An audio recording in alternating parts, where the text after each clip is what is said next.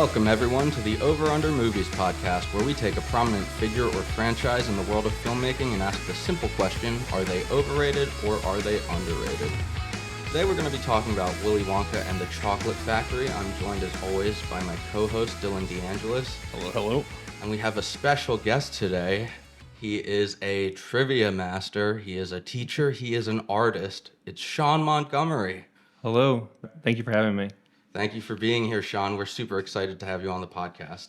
So, Willy Wonka and the Chocolate Factory, pretty simple movie about a boy who wins a contest to go and tour a chocolate factory owned by an eccentric man.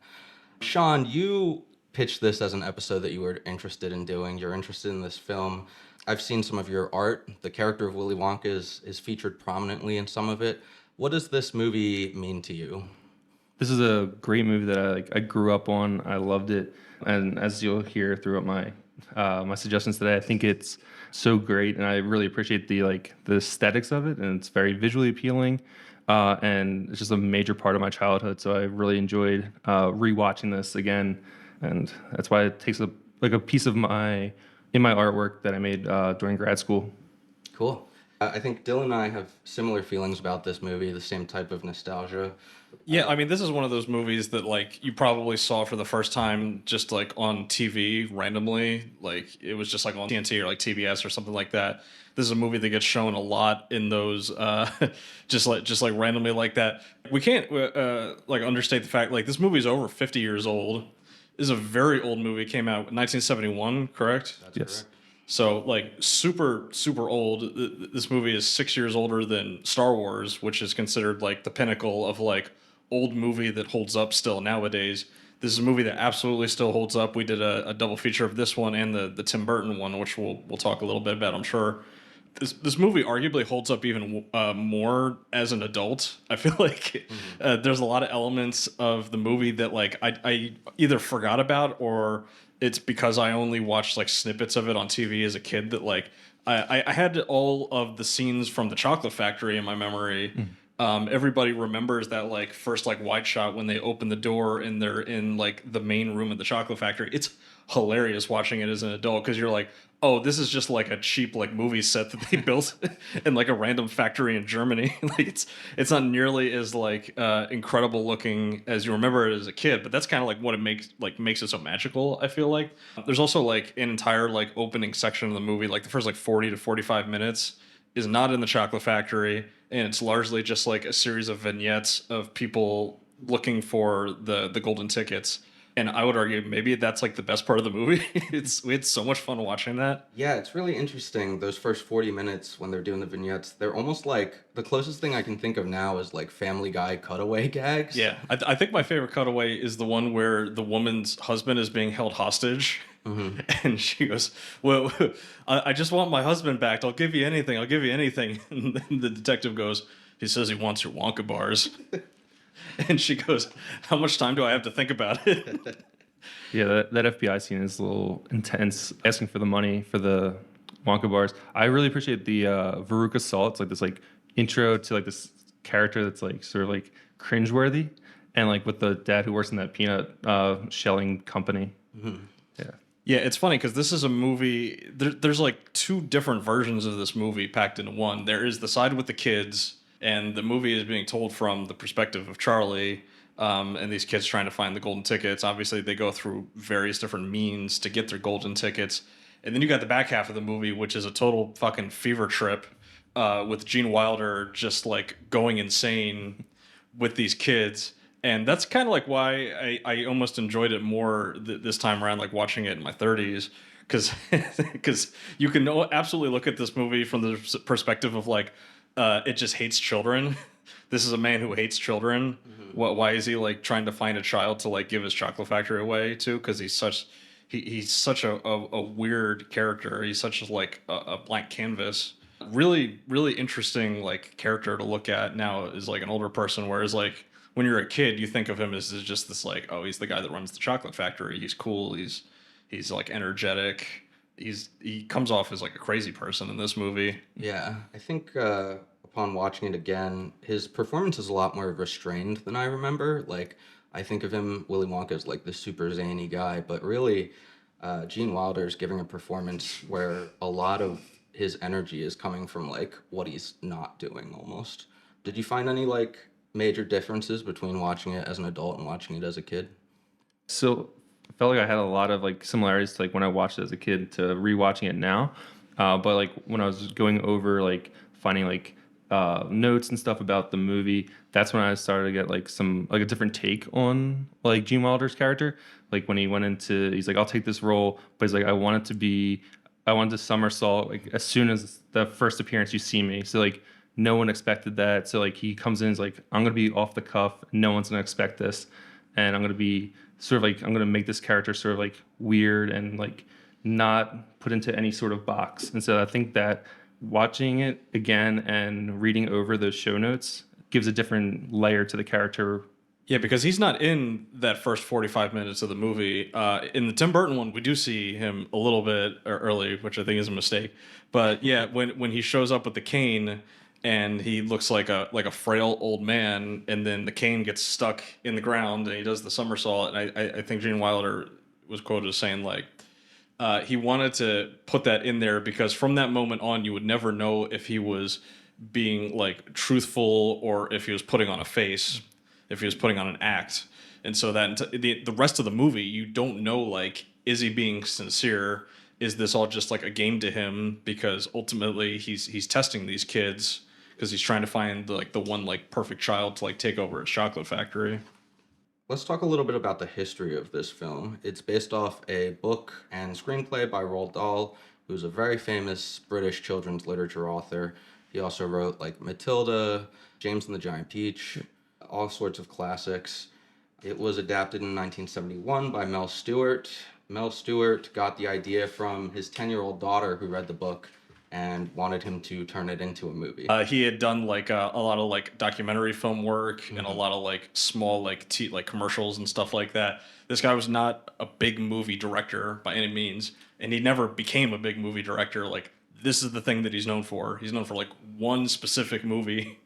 I think that like that commercial work and documentary work kind of shows in the early moments of the movie, like the vignettes that we were talking about, and like the opening credits where it's just shots of chocolate being made. It looks great, it looks beautiful, and it also feels very real. So they wanted to make this movie. He took the idea to a subsidiary of the Quaker Oats Company, Yep. who bought the rights for the book to turn it into a movie so that they could release a Wonka bar alongside it. This Wonka bar that they originally put out was recalled immediately, and they were not able to make any money off Tough of luck. selling candy. Tough luck for the Quaker Oats Company. Yeah, I think that they were saying like that they couldn't keep the temperature of the chocolate bar, so it was melting on the shelves. It's very important, for any chocolatiers listening to this podcast, you do not want your chocolate to melt at room temperature. It's very important. You don't want your chocolate melting on the fucking store shelves. That's crazy. You think that's like one of the most like basic things that like a company would know? I guess like I guess they were an did oats Quaker Oats just not do chocolate bars before this? I guess they didn't. I mean, I assume that this subsidiary that they owned maybe was in the candy business, but Because they created the Willy Wonka like chocolate company. It was created after this movie. right. So like for anybody, if you're familiar with like all the Wonka like candies that you buy in stores, that was invented like after this movie. Even though the character Willy Wonka is from the story, so this is like a company that was built completely out of this like random character in a children's book. Yeah, it's very interesting. And Quaker Oats no longer owns that company. They sold it to Nestle. Do you guys have a favorite official real life Wonka candy? What are some Wonka candies, Jason? We have There's the Wonka bar. There's Nerds and Nerds Ropes. there's Laffy Laffy Taffy. Taffy. There's Sweet Tarts, I think is Wonka. Do we say nerd? Did you say nerds? Yeah. Was it Fun Dip? Fun Dip's another one. Oh, is it? Fun Dip, which is like one of the most unhealthy. It's funny that in the movie Wonka is he's a chocolatier, like first and foremost. Yeah. He makes chocolate bars, chocolate candies, but all of the Wonka candies that exist in the real world are like Fruity. drink. They're like fruit candies, and like none of them are chocolate. Have you ever had like an actual Wonka bar? I don't think I've ever seen one. I think in so. the store. I think it tasted like a Nestle Crunch bar. I mean, that makes sense. They got bought by Nestle, so Yeah. I feel like they did like a re-release once, maybe like after like a certain amount of years after the movie, and then there's like a Wonka issued chocolate bar. sort of thing. But if I had to choose one, I would go Nerds Rope because it's a combination of classic nerds and like this like sort of like the Laffy Taffy aspect of it. Yeah, I would agree. I think it's like the most fun candy to just pile on those chunks of sugar onto a string of sugar. Yeah, I'm more of a chocolate guy than a fruit candy guy, but I would agree. Like I really like the little nerds like boxes that they sell like during like Halloween time, and like you just rip one of those guys open, you just pound it, it's right down the gullet. Let's go through kind of the beats of the story. So, like we said, there's 45 minutes where they're not at the chocolate factory, and it's about, what, 5 children finding the golden tickets? It was not always 5 children though. That's true. Dylan, you researched the book, right? I did research the book. I believe it was originally 10 golden tickets. It sounded like for the movie adaptation, they were like, "Listen, we can't do all these kids." Nice. Well, I'm sorry. The book whittles it down to 5 kids. Yeah. Yeah. So basically, like he had 10 kids that were going to get the golden tickets, and through like a combination of like some of the kids were like combined into one character. I know like Augustus Gloop was 2 characters that were combined into one kid. Some of the kids like were in the story, and they had like an entire sections like written on like how they would like die in the chocolate factory. And those are all sections that are like either like unreleased or they were released like decades after by his estate. Like there was a Spotty Powder was one of the rooms. There was a sequence on a Vanilla Fudge Mountain where a kid like falls down the mountain and gets like caught by like a wire or something like that. There's a warming. I don't know what warming candy is, but there's a warming candy room. So there's like all these like other kids that were originally in the story, but we make it down to 5, and that's how many those characters end up in the direct adaptation. The adaptation is actually it's hilarious that Roald Dahl doesn't like this movie as an adaptation because like it's basically the exact same plot. I mean, how many movie adaptations of books do we see nowadays where like they either completely miss the point of the book or they just like completely cut things out or like add things in to make it look more cinematic? Like they literally just redid the guy's story again. Yeah, he's in movie form, and he hates it. He's the only screenwriter that's credited on this. They did bring in like someone to touch it up afterwards who says he changed about 30% of it. He added the Slugworth subplot and he added a bunch of the musical numbers. But besides that, it's just Roald Dahl's story that he wrote the screenplay for. Yeah, and the Slugworth character, they didn't know what they were doing with him when they were like originally shooting it. They were like, we need some sort of like antagonist in this movie. We'll figure it out in like the editing side. We'll get, or like as we're like on the back end of like post production, we'll figure out like how that character fills in. You could take out Slugworth entirely, and this movie's exactly the same. There was a part I was reading that the Slugworth like section was based on like another plot that the writer had intended, and then like when they were doing like going to the clipping and taking parts out, that part got snipped, and then so like now his character is like sort of like ambiguous. It doesn't really have like any like real character development, but in the original shots and stuff, there was like some backstory with him doing other information. So there's more content of him, but just never made it to like the screenings. It is funny that Slugworth is always right there every single time a kid wins a golden ticket, regardless of where they live on the planet.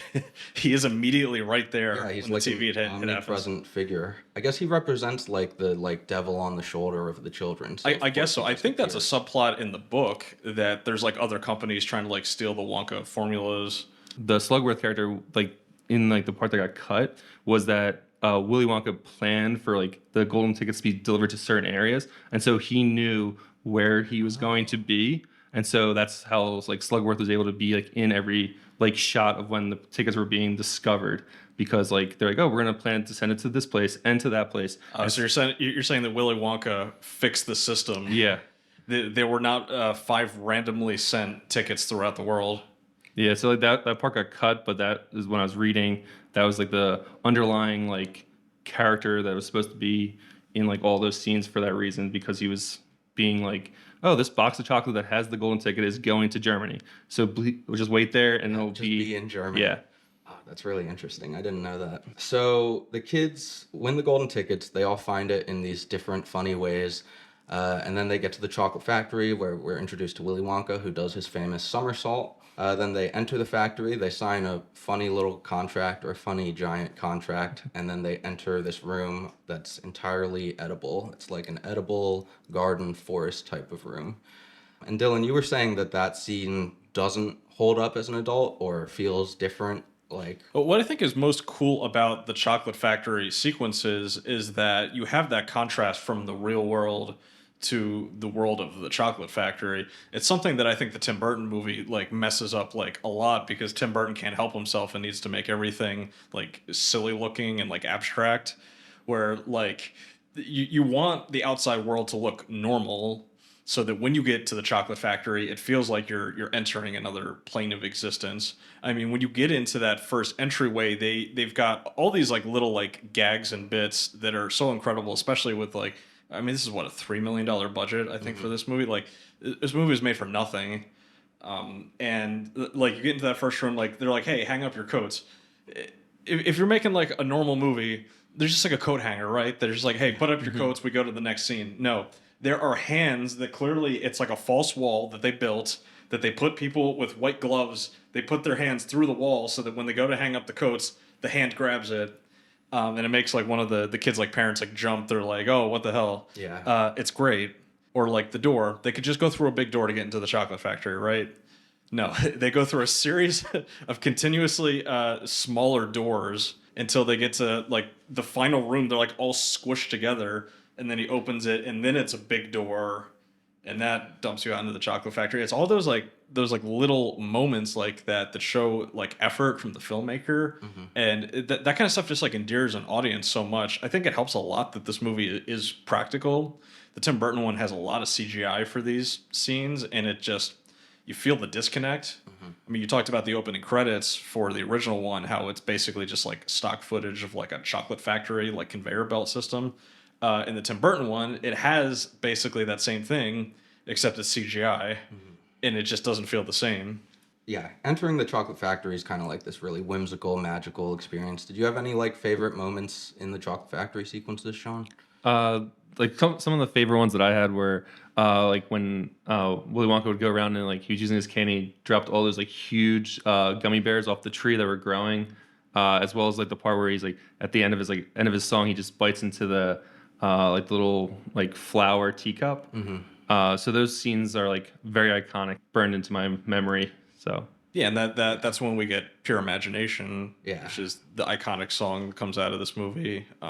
It's incredible. I think Gene Wilder does the singing for it too, right? I'm not sure. I believe he does. Well, I mean, he's fact in- check that in the comments. Yeah, he's in musicals. He was in like The Producers, so he probably did it himself. And it's not like super upbeat of a song either. It's like it's a weird vibe to it. Yeah, it's like whimsical, but also like somber. It like makes you feel nostalgic, I feel like, even if it's your first time watching the film. I mean, it does, like, as a kid, you watch that sequence and you go, how fucking cool would it be to just like be in a room where everything is edible? Yeah. Talk about things we can't do in a post-COVID world.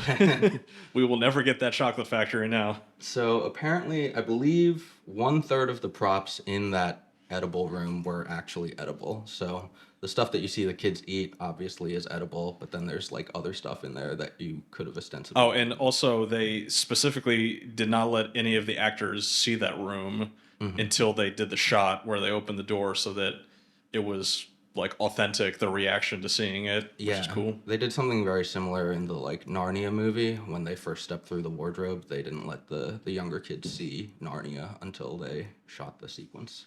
So everyone's in this factory now, and then the kids start dying off basically one by one. Yeah, poor Augustus Gloop. I will say, credit to the Tim Burton one. Better looking chocolate river. It literally just looks like runoff, like sewage in the original. So according to the actor who played Mike TV, the river was made of water with food coloring. At one point, they poured some cocoa powder into it to try to thicken it, but it didn't work.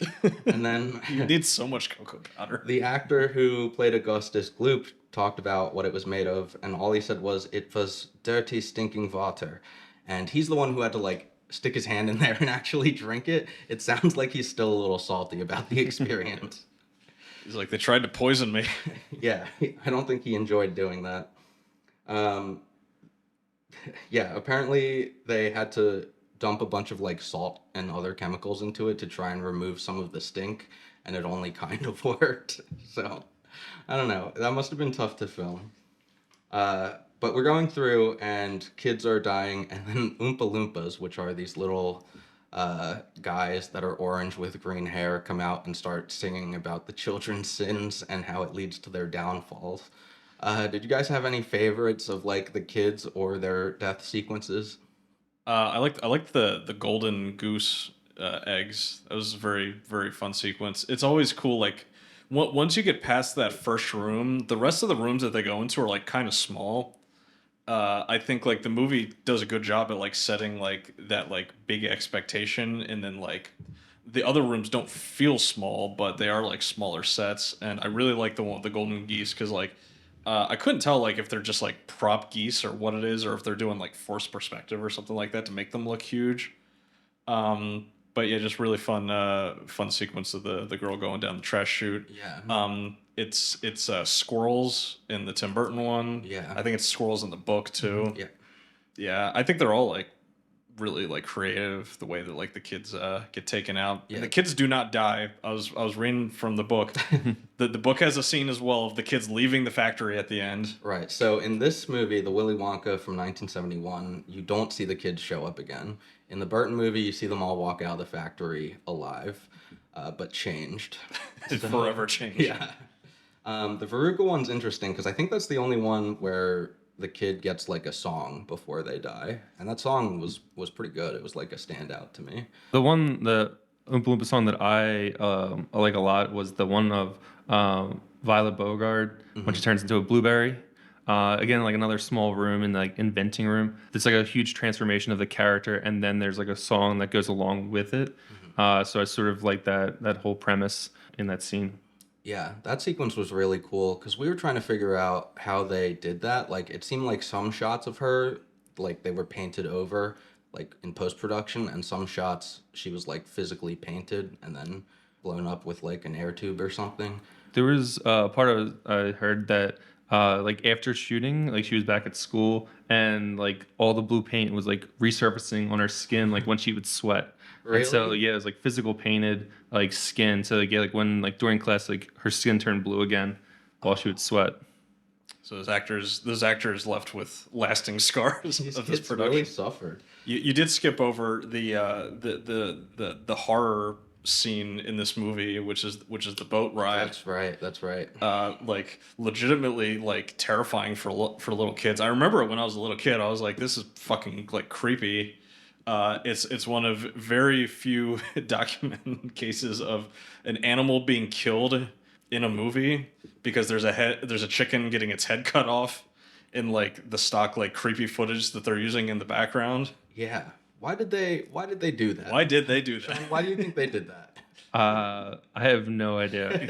I do know that like that Gene Wilder was like he like they didn't like really tell the younger cast about this, and so like when he was doing all of his like voices and like uncertainty, like they all thought that was real. Like they were like Like, actually man getting is about scared. he's Yeah. about to murder all of us with the cameras rolling. Yeah, I don't know much about what the kids did afterwards in terms of their acting careers, but if they wanted to stop cold after this film, I don't blame them. Cool, so the kids get picked off one by one. The last one is Mike TV, and then at the end, Charlie and Grandpa Joe go to talk to Willy Wonka. Is this where we talk about the real villain of the movie? Yeah, go ahead and tell us the real The villain. real villain of this movie is Grandpa Joe. Yeah, Grandpa Joe sucks. really. If we're talking about like the devil like whispering on your shoulder, it's Grandpa Joe. Nothing is more emblematic of this than when Charlie shows up with the golden ticket and it immediately breaks into Grandpa Joe, who at this point is basically like quadriplegic. He hasn't moved at all. Really like hilarious visual of the four grandparents laying on the bed together. It's great. I love it. Grandpa Joe immediately springs up and he sings a song called I Have a Golden Ticket. Grandpa Joe, you don't have shit, all right? You are the chaperone for this trip. And then like at the end when they go up through the glass elevator and he tells Charlie that the whole chocolate factory is for you, and Grandpa Joe goes, and me? It's like this guy only cares about himself. Charlie almost loses out of this competition because of Grandpa Joe, Right. Because he has him drink the fizzy lifting drinks. Really, they should have gotten disqualified there. I don't know why they didn't. It seems like a loophole. It's just because like if Gene Wilder wasn't paying attention, he was just like moving on to the next room. Because they kind of like sneak away for a second and do that. I think it's just because they survived. Like they got caught in a trap, but they got out of it. And all the other kids, when they got caught in their trap, they lost. So it'd be like a entirely different movie if they went through the fan. Well, yeah, that would have been crazy. You're saying this movie is basically a Saw movie. Yeah, It's like once you get out of if you can get out of the contraption, then you're good. People have made that comparison before between Willy Wonka Really? and Jigsaw. Yeah, I'm sure there's like CGI artists out there that have made like the R-rated version of Willy Wonka and the Chocolate Factory. There is one on YouTube. Actually, there's a YouTube group, and they made like the R version of like taking all these like deaths and making them like insanely gruesome. Yeah, I mean there is definitely like a dark aspect to this movie that you could get into, but it's a children's movie, so we don't ever get to see that stuff. We never see the aftermath of these kids. It's pretty funny that like after they go through like their death sequence, like they're just not in the movie anymore. Like, see ya. Yeah, like with this movie, you really don't know if they survive. And Willy Wonka's always joking about their survival expectancy too. Yeah, exactly. Like when Veruca Salt like gets like she goes down the garbage chute and he's like, oh no, that goes to the incinerator room. It's like, oh, actually no, that's. I think we only like that incinerator every other day, so she's got a good chance. Yeah. It is interesting, like that. There's like this like really vague idea of like, are they alive or dead for a rated G movie? Mm-hmm. And a dead chicken, like in a rated G. Yeah, movie. well, I mean, this is 1971, so like this is before they like really started like hampering down like the MPAA, like the actual like rating systems. Yeah. So Charlie, in spite of Grandpa Joe's terrible influence over him, he wins the competition. He does not give in to the temptation to give Slugworth any secret formulas. And then they get into a great glass elevator, and Wonka gives them, or tells them that he's giving them the chocolate factory, and they fly away happy. And that's the end of the Jason, film. why do you think Willy Wonka's office is every object is cut in half? Why does he have half of everything?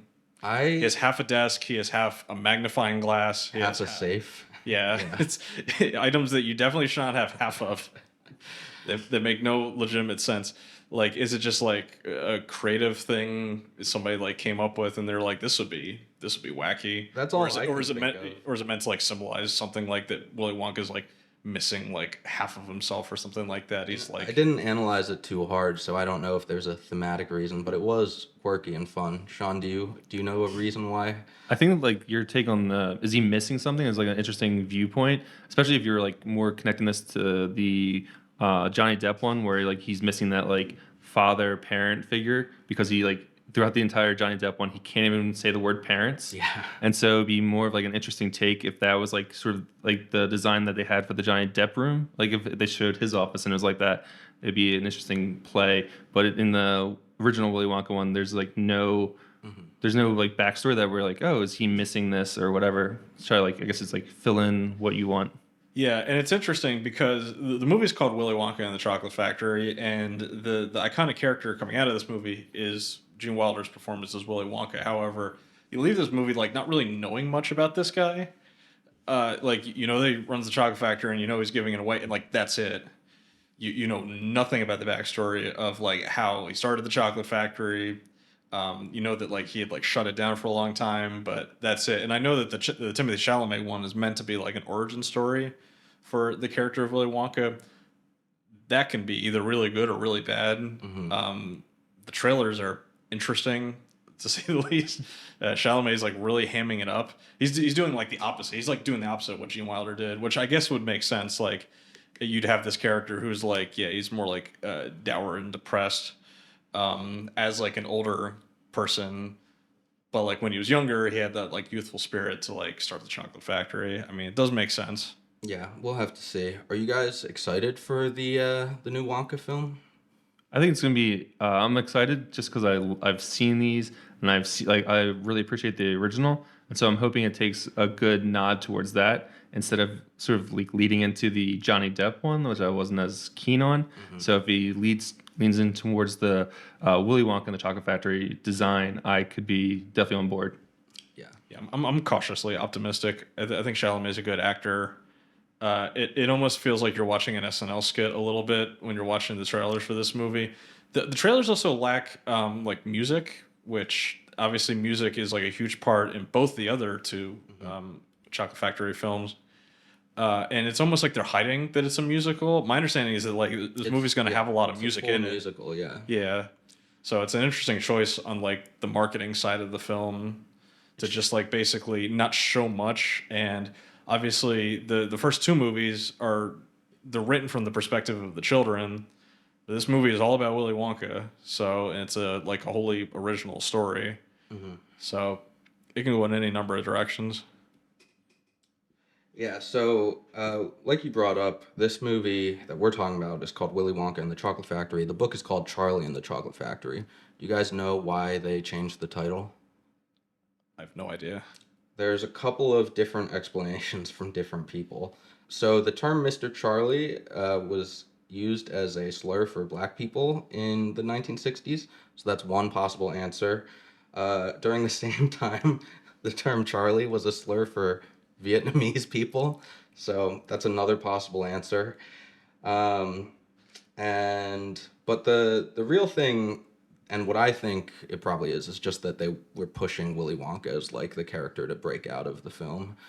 Yeah, I mean it's alliterative. It kind of like rolls off the tongue, and they were releasing this film in coinciding with the Wonka bars. So you got the Wonka bars, you got the Willy Wonka movie. It makes sense from like a marketing perspective. Is this the part of the podcast where we talk about this book is kind of racist? You can tell us about the racism in this book. Well, the big controversy that was happening with the book around the time that this movie came out was the Oompa Loompas and how they were described in the book. They were described like as like African pygmies. Yeah. And the whole idea of like Willy Wonka going to this like magical land of Oompa Loompaville and like taking all of the natives and shipping them across an ocean to work on his factory sounds a little bit like slavery, Jason. Right. Yeah, it's questionable. They don't really go into it in this movie, like how he pays the Oompa Loompas. They talk about it a little bit in the Depp movie by saying he pays them in chocolate. I'm sure that in the 2023 film Wonka, he's going to be like, oh, you should come work for me. You're going to be paid fair wages. Well, it's funny that the Oompa Loompas in the new one are played by Hugh Grant as like a little person. Yeah, wild. And so he's got like speaking lines. I can't remember in the Tim Burton one. I know in the original, all the Oompa Loompas are played by, I think, like Turkish actors. Like they're played by people who didn't speak English. So No, they were from a mix of different backgrounds and countries. John just told us that they were all like Turkish or something, but I don't think that's true. I would imagine that in 1971 it was hard to get like a collection of little people to be in your movie. Yeah, but they in Germany, because the film was shot in Germany. Yeah, the part I was reading was that a lot of the actors that played the Oompa Loompas didn't speak English. So like some of the speaking parts, like if you watch the tape, don't match up with the singing, and so like it's they just like sort of had to fill in where they could. I feel like, did you guys find the Oompa Loompas creepy? I feel like as a kid I thought they were a little bit creepy. I mean, the color of them and their costume definitely lend to them being creepy. I wouldn't be surprised if like there's like animated shows like Family Guy or like Rick and Morty or something have like spoofed on the Oompa Loompas in some way. Oh, they on Family Guy they do a gag where they sing their Oompa Loompa song, and it's about why Joe, the character in the wheelchair, deserves to not be able to walk. It's terrible. I think they also spoof it in Futurama when they go to like the Slurm like factory. It's like the same spoof on like Willy Wonka and the Chocolate Factory. Yeah, I'll have to watch that episode. This book also had like a good number of rewrites to take out like mentions of like Augustus Gloop. Like they just call him fat like a lot in the book, and they just talk about like how giant and fat and disgusting he is. The rewrites of the book have like taken out a lot of that stuff. They also took out just like a lot of just like abusive language for like children. Like I guess they don't want a children's book to talk about how messed up these kids are getting. Yeah. The Johnny Depp one, like, sort of like body shames Augustus Gloop. So, like, Grandpa George is like body shaming Augustus Gloop pretty hard. Yeah, I think they say like, what a disgusting child or something. Yeah. And he's just a kid on TV. He's not doing anything. He's just chilling, man. Yeah. He's eating his bratwurst. A lot of these kids, Like Augustus, maybe especially, like they're all getting punished for their perceived sins, but this kid just likes to eat, and he's going to a chocolate factory. That's who you should have at a chocolate factory. I mean, good on Roald Dahl to not make this into a seven deadly sins Yeah, allegory. I mean, It people, definitely could be close to that for yeah, sure. people have interpreted it that way. That would have been if there's a Willy Wonka anime. That's what they would do. They'd make all the kids would die via their whatever their deadly sin was. Now I kind of want that. That sounds cool. Yeah, I'll write that. Netflix, we'll be in touch. All right, before we get into talking about whether this is overrated or underrated, I have a couple questions for you guys. Dylan, I'll start with you, and Sean, you can think about this. How would you meet your death in the chocolate factory? That's tough. Like I said, I'm more of a chocolate guy than like a candy guy. But the first thing that I think of is like the nerds again. I'm picturing in my head like a desert of nerds, and I die via like nerds quicksand, and then I just get like swallowed up into the nerds quicksand. That seems like a good way to go. Yeah, that's a cool one. I like that. I literally had the exact same thought. I'll let you go, and then I'll come back to me. I'm gonna think of a different one now. You die via nerds rope. You get hung by nerds rope. Oh no. Yeah, that's a really good one. Very like visual and creative. Mine is that I stumble upon a room of like these chocolate skeleton. They're like chocolate voodoo dolls. And Willy Wonka's like, okay, don't mess with these. You know, this is like something you use to punish your enemies. And I'm like, I don't believe you. And somehow my hair ends up on the voodoo doll, which is what you need to do to make them work. And then I eat the voodoo doll and I kill myself by crunching it. And it's like a very crunchy, I crunch my own bones. As I was gonna say, you need to have like you bite into the leg, and then like your leg then just I starts like break my leg. profusely bleeding. And then I keep eating for some reason. I'm not sure the exact specifics of how I'm going about this, but the chocolate voodoo dolls and me killing myself is how I think I'm gonna go. All right, so I know this is not a Wonka candy, but if it was like Reese's cups, it'd be like sort of like you have to like travel across them, like skip them like one at a time to get to the next, like sort of like rocks like in a river or something. Picture it being like the one in like sort of Squid Games where like the glass breaks. Oh, yeah. And so like you step on some of the Reese's cups and then like just like fall through. Oh, that would be cool. You could do that with like a giant like fun dip, like the big like stick with the fun dip. Yeah. You have to like walk across those. I love Fun Dip. I might change my earlier answer and say Fun Dip is my favorite of the Wonka. Fun dip was definitely a classic, like when we were in school, like when everybody would bring in like candies for like Valentine's Day or something like that. Like, fun dip slaps. Yeah. Really bad for you though. It's just like, hey, bud, here's some sugar. With a stick made of sugar. Yeah. I think I just like that they added steps to eating. Like you have to Yeah. you have to work at it. Yeah. It changes nothing about the flavor. Is there a product that you think would have a similar craze if they did a golden ticket like sweepstakes? We talked about this as we were watching. Yeah, I can't believe that they haven't done this as like promotional. Well, Maybe people- you do, I mean, we talked about the McDonald's Monopoly thing. which is rigged. It's rigged so that like you basically can't win well, it. apparently this was too, so that Slugworth could get to all the kids in time. Look, I mean, there were at least 5 golden tickets out there. I feel like anytime you do like a Wonka movie, like you just do a golden ticket like sweepstakes and like make a big deal out of it. I feel like Yeah, they should. it's a fucking slam dunk. Yeah. And they never did it. I think actually they recently did one, but Mr. Beast did it for his candy bar franchise, and then he actually built a life-size Willy Wonka in the Chocolate Factory that like people competed to keep at the end. Whoa. And so he brought, crazy. I think he brought more than 5, but like yeah, like it was like an actual factory that he built out like in the middle of nowhere and had like all the rooms similar to the ones in the movie. And so yeah, I guess it is a plausible thing you could do, but I think that's probably like the only like candy is like the only thing that like sort of makes sense to be like, oh, I'm gonna give you more of this. Yeah. If it was like, oh, here's like an Apple product is like, here, what are you gonna do with more than like 2 cell phones or a cell phone? That's true. So. It's funny that the contest to find the golden tickets in the movie, it's just to get a tour of the factory because the factory has been closed for a long time, so nobody's been in there. The only way that like something like that would be that big nowadays is like if there was like a monetary incentive, if you knew you were going to win a shitload of money. Because like the only thing I can think of is like anytime the lottery gets like over $1 billion, like the Powerball, people start like it just like randos that like don't normally play the lottery. Now you're gonna buy the Powerball. Yeah. Now that it's like over $1 billion, like that's the threshold. That's when it's like actually a lot of money. 300 million? Nah, I'm not getting a Powerball. Yeah, I guess the lottery is maybe the best comparison. I was thinking that maybe like trading cards took like a page from this film, and that's why they started making like holographic cards and stuff. Oh, for sure. Have you ever seen like TikTokers that are like they like open up like baseball cards or like Pokemon cards or something like that, and then like they get like the rare one and like their hand just starts like shaking uncontrollably. I'm like, bro, you're gonna bend the card. Stop shaking. Yeah. So I guess there's similarities there.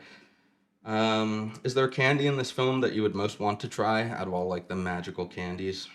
The giant gummy bears seem pretty great, though. I am aware that you can buy giant gummy bears and gummy I worms can get you one for your birthday.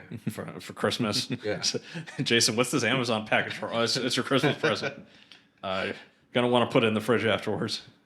I think like the never everlasting gobstopper is like very iconic from the movie, and so like, I think it'd be something to definitely try. Again, like the bubblegum that will never run out. So, or it's like a gobstopper that will never like get smaller and stuff. So Yeah. I think that's The interesting. gum is like it's a 5-course meal as gum. Yeah, that's the one I would try. I know because you're a gum chewer. I chew gum and No longer chew gum on the podcast, which is a huge improvement. yeah. After editing a couple episodes, I was like, we gotta cut this. Yeah, cut everything. I just like the idea of gum that changes flavors, and even if I blew up into a giant blueberry, I think I would still do it as long as I could get juiced after. Worth it. Yeah. So it's like zebra stripes, but just like lasts a whole lot longer than Yeah. like the 2 bites out of a zebra stripe. Yeah. It would be like that, but yeah, the whole 5-course meal. Also a gum that tastes like, a turkey dinner with gravy and mashed potatoes. I've never had like savory gum before, so I'm curious to try it. All right, I think we can get into whether we think this film is overrated or underrated. Well, before we get into that, Oh, right. We have to explain how this film is currently rated, what we think the general public thinks of this movie. so we're trying to set a baseline, right? So if I'm arguing that it's overrated and he's saying that it's underrated, we got to figure out where it's rated first.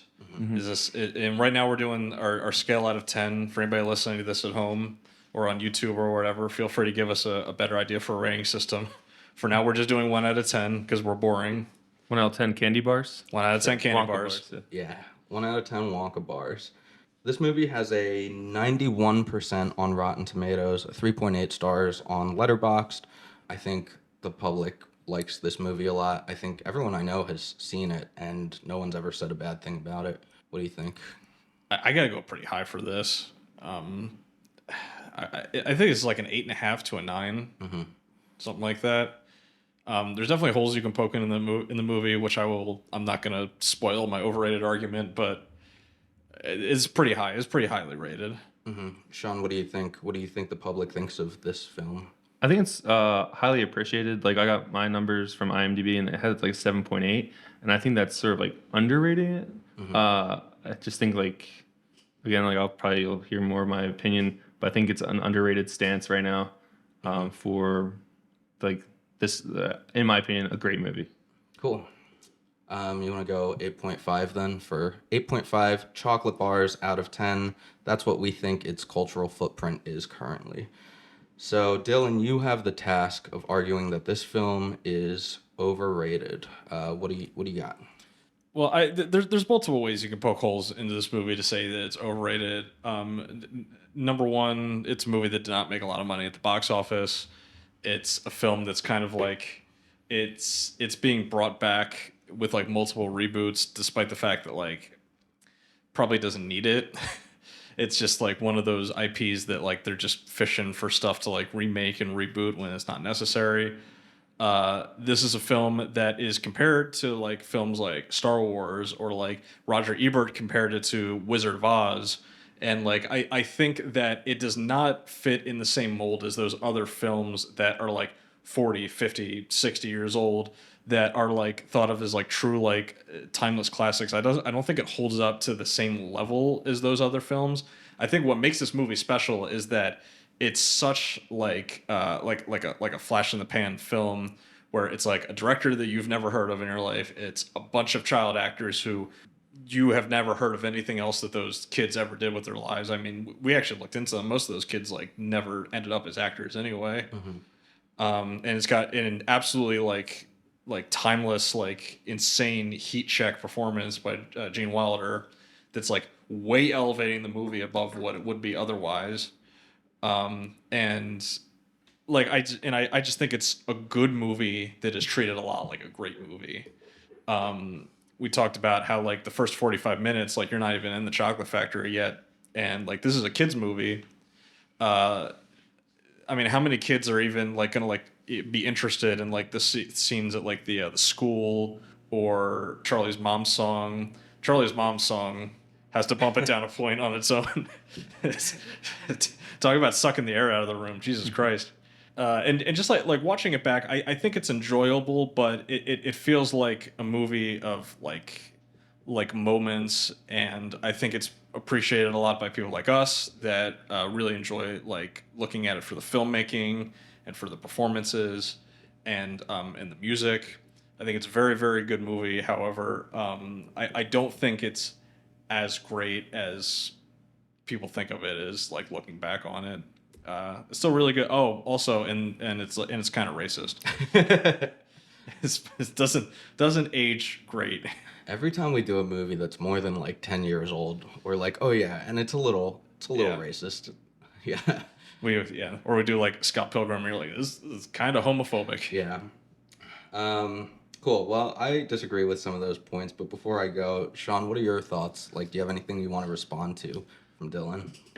I think that it's definitely undervalued just because it's very popular in like in common culture, being that it was repurposed multiple times. It's been like done over like it has like made plugs in like Family Guy, and like YouTube has done like multiple like re-edits of it. It's also been in like some of the songs have been sampled by other artists, and so like Tribe Called Quest and Mac Miller have sampled songs from this. So it's definitely like a movie that has like there's like parts that are sort of a sleeper, being that like it's like undervalued. That, like people need to see it if they haven't seen it. It's a good movie that definitely you have to see for sure. So I think I'm taking the undervalued view. Cool. I appreciate that because I'm also taking the underrated point of view. I don't have a lot on here. I mean, we're saying this is like an 8.5 culturally. It's hard to say. So your argument is that it's like a 9.5. Right. So we have to say that it deserves to be a 9.5 or a 10. And I'm just going to say it. Like, is this the best children's movie of all time? See, that pause where you have to think about it, that's why this is underrated. The best live action children's movie? Yeah. Or even animated. Like, I think when you get into animated, I think there's a lot of Disney movies that are better than this movie. like what? Like, I mean, Lion King, Beauty and the Beast, Aladdin, like any of those like heaters that they were pumping out in like the late 80s, 90s. Yeah, I would say this holds its own against like pretty much any of those. And then yeah, like live action especially, I don't think there's a significantly better children's movie. I think that people do kind of sleep on this as like an all-time classic. I think like I'm friends with a bunch of film students or former film students, and a lot of them went to film school and they were like, I want to make movies like Pulp Fiction or The Dark Knight. And no one ever says I want to make movies like Willy Wonka and the Chocolate Factory. Do you think they that should? Do you think this movie's better than The Wizard of Oz? I think it is as good as The Wizard of Oz. I think Roger Ebert's take that this is the best movie of its sort since The Wizard of Oz is absolutely right. I think it has a very similar, like the scene where Wizard of Oz transforms into color and the scene where the kids go into that edible room is very similar, and definitely like a magical experience for like any kids that are watching the movie. Yeah, a film that we definitely need to do an episode on that I would compare this to is Who Framed Roger Rabbit, another like super like iconic like technically proficient movie. It's also a kids movie. A lot of like iconic animated characters in that movie. That's another one I could just think of off the top of my head. I do think it's up there though, especially if we're only talking about live action films. One of the things you were talking about was saying that like why didn't this movie get like another sequel or anything like a spin-off? I know after Roald Dahl saw this, he like shot down any ideas of any sequels. So it definitely could have been in the works. So then like I think they had to wait till his like his family's like, oh yeah, we're on board, and letting Johnny Depp take over more of a accurate like a book centric one adaptation. But I don't think it was like sort of out of the world of possibility after like people seeing this, especially now. The Wonka version that's coming out, the Wonka movie that's coming out now, is going to be more appropriate to this, like to the original Willy Wonka. I think there's going to be a good like fan base following it. Yeah. Why didn't this movie make any money? It's hard to say. Like maybe because so much of the filming and production took place in like Germany and stuff instead of Hollywood, they weren't like able to promote it over here. For whatever reason, audiences didn't appreciate it at the time, but it was like almost immediately like a cult hit and then just like a mainstream hit once it hit VHS. The first time I saw this movie, I think like they just played it on VHS in my preschool or something. So kids have definitely grown up watching this since then. As for a sequel, you know, the book has a sequel, and this may surprise you, but it's racist. So that's probably part of the reason why they didn't adapt it. It's also just not like as good. They just fly the elevator into space. Yeah, that's what I looked up nothing about the sequel. It's called is it just called The Glass Elevator? Charlie and the Great Glass Elevator. The Great Glass Elevator. Hold on, Yeah. I have a quote from it. This is distracting from my underrated argument, but it's really okay. And maybe we'll cut this. The president threw the phone across the room at the postmaster general. It hit him in the stomach. "What's the matter with this thing?" shouted the president. "They're trying to call someone in China to talk about the International Space Station." And then the guy goes, "It is very difficult to phone people in China, Mr. President," said the postmaster general. "The country's so full of wings and wongs. Every time you wing, you get the Wong number." So wild. Roald Dahl's like, ching chong ding dong, Mr. President. And I was like, so much humor in that book. I read that book in 6th grade, and I was like, what is going on here? They're like, you're gonna read that, and then you're gonna read Huckleberry Finn. We're gonna give you all levels of racism in children's books. But Sean, are you thinking that like with the new Wonka prequel coming out, that this could be like a franchise possibility? You think they'll make some sequels to that if it does well? Like that they'll maybe like reboot the entire like Willy Wonka and the Chocolate Factory. I think that's probably what they're hoping for, since like nowadays most movies are like, what franchise can we make? Like now that we bought the rights to this, The Willy Wonka cinematic universe. the multiverse of Wonkas. I mean, is this a Warner Brothers movie? I think it is. Warner Brothers bought the rights Yeah. to distribute. Yeah. So that original Quaker Oats no longer owns the movie rights or the chocolate company that they made for this movie. Yeah, the Tim Burton film was all creative control was the Dahl estate, because he died in like 1990, I think, and they had like held like the rights to like the film hostage, basically.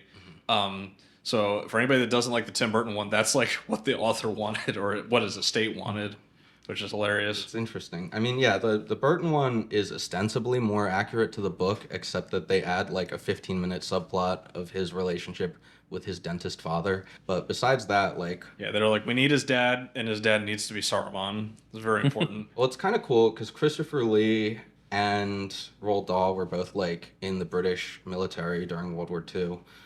So they might have been friends. So yeah, I just think that this is the greatest children's movie of all time. So thus it is underrated. Sean, do you have anything else you would like to add before we kind of reach our conclusion? Again, I'm still defending the underrated. Like I think it has some of the best best soundtrack besides the Mom's Charlie song. That one is the one I'm like, I could do without. But I really appreciate this soundtrack. I actually have it on vinyl. I know like it made a resurgence like when vinyl came back out. So definitely is a great. All the songs are great in there, and I really appreciate them. Like watching them again to do this podcast. What do you think of the score of the Tim Burton one, which is by Danny Elfman?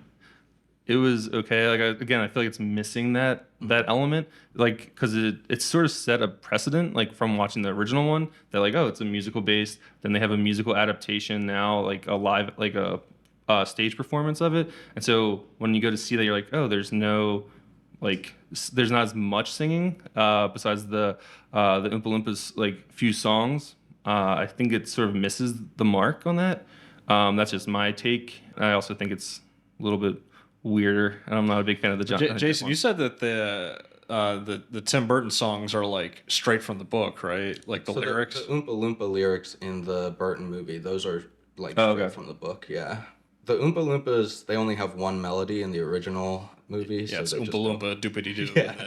And that makes that's it every like song. more immediately iconic because you just remember that little ditty. But yeah, in the new version, or I guess somewhat new version, Yeah, the new version from 2005. yeah, all the songs are like different styles and stuff. I think it's like kind of cool, but I agree that it's missing some of like the magic and whimsy of the original film. That wraps it up for our arguments. Dylan, are you sticking with this is an overrated movie? I think this movie like it's probably a little bit underrated.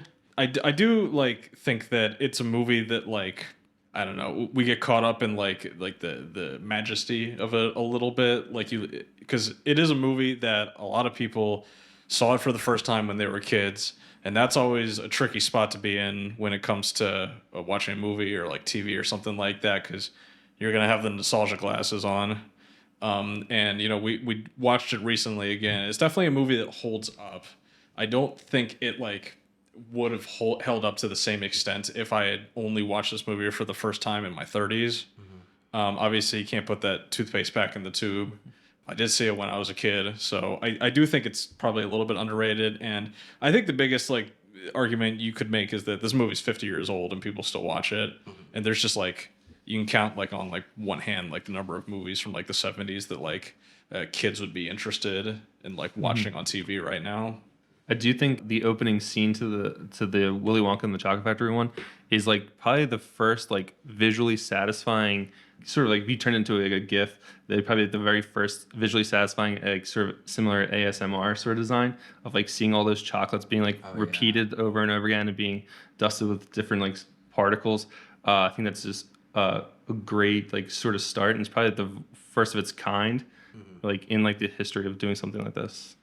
Yeah, and it's a movie that, like, even if they did make a Willy Wonka film today, which they are making a Willy Wonka film, like, they'll just never make a movie like this again because it's low budget, it's, like, super creative, and it takes, like, a lot of, like, weird creative liberties to, like, you know, stuff like Willy Wonka's office, like, it kind of, like, makes no sense. Like, when you're watching, you're like, why is this in this movie? And it kind of just makes it endearing because, like, those, like, little quirks are things that stick with you. Like nothing sticks with you from the Tim Burton one because it's just you think it's just like the CGI and Johnny Depp being a weirdo. Yeah, and I think I would agree. I think I'm sticking with it's underrated, and I agree that it's only like a little bit underrated, but I think that every time I watch it, there's like new things to appreciate about it, which you can't say about most films. So that seems to be where we're landing, is that this is an underrated film. Before we fully wrap up, I have a quiz. I want to ask you guys questions about this movie. Oh, shit, we're doing trivia. Take out your pencils and paper. Oh, how the turntables! Let's see how this goes. Let's see how Sean feels to be on the other side of the trivia. The prize will be I will buy you a drink using a $20 Cartesian gift card that I have from Cartesian Brewing Company. Oh, sponsored, not sponsored. Not sponsored, no. We'll have to talk to them about that. Cool. So once you guys are ready, I will ask the first question. And a lot of this is stuff that we have already covered in the podcast. Some of it is not. Question 1. What year was Charlie and the Chocolate Factory written? What year did Willy Wonka and the Chocolate Factory release? Oh, they're writing quick for that one. They know it. How many actors were there that played Oompa Loompas? In the original, we're talking about Willy Wonka and the Chocolate These Factory. all pertain to the original. Okay. Is this like Price is Right rules? No, it's Okay. we can do whoever's closest. That can be a tiebreaker question if we need it to be. What branch of the British military did Roald Dahl serve in? What company was the Willy Wonka Candy Company originally, and what company was it eventually sold to? Okay, and this is the last question. What is a group of Oompa Loompas called? Is the answer slaves? I don't know. I didn't find a canonical answer for this, so just do your best, and I'm going to judge what I like. Got it. Okay, I'm going to read off the answers, and you guys can mark your own papers and be honest. What year was Charlie and the Chocolate Factory written? That was 1964. Got that? What year did Willy Wonka and the Chocolate Factory release? That was 1971. Got it. Yep. How many actors played Oompa Loompas? That was 10. Oh, dang. What'd you say? 85. God. I said 12. There was 9 men and 1 woman who played the Oompa Loompas. What branch of the British military did Roald Dahl serve in? That was the Royal Air Force. I said the Air Force. There we go. Dang. You got it if you said Air Force. What company was the Willy Wonka candy company originally, and what company was it sold to? That was Quaker Oats, who sold it to Nestle. Cool. Double together. Yeah, 1 point for each of those. And then what is a group of Oompa Loompas called? There's no answer to this. Dylan, what did you write? I said a group of Oompa Loompas is called Wilders. Okay, pretty good. I put a group of Oompa Loompas. It's called a Loopy. Olympian. Yeah, I think that fits a little bit better, so you can take the point for that. Awesome. What were your scores? That's 1, 2, 3, 4, 5 out of 7. Nice. Darn, I got 4 out of 7. That's okay, Sean. I'll buy you a drink at Cartesian anyway.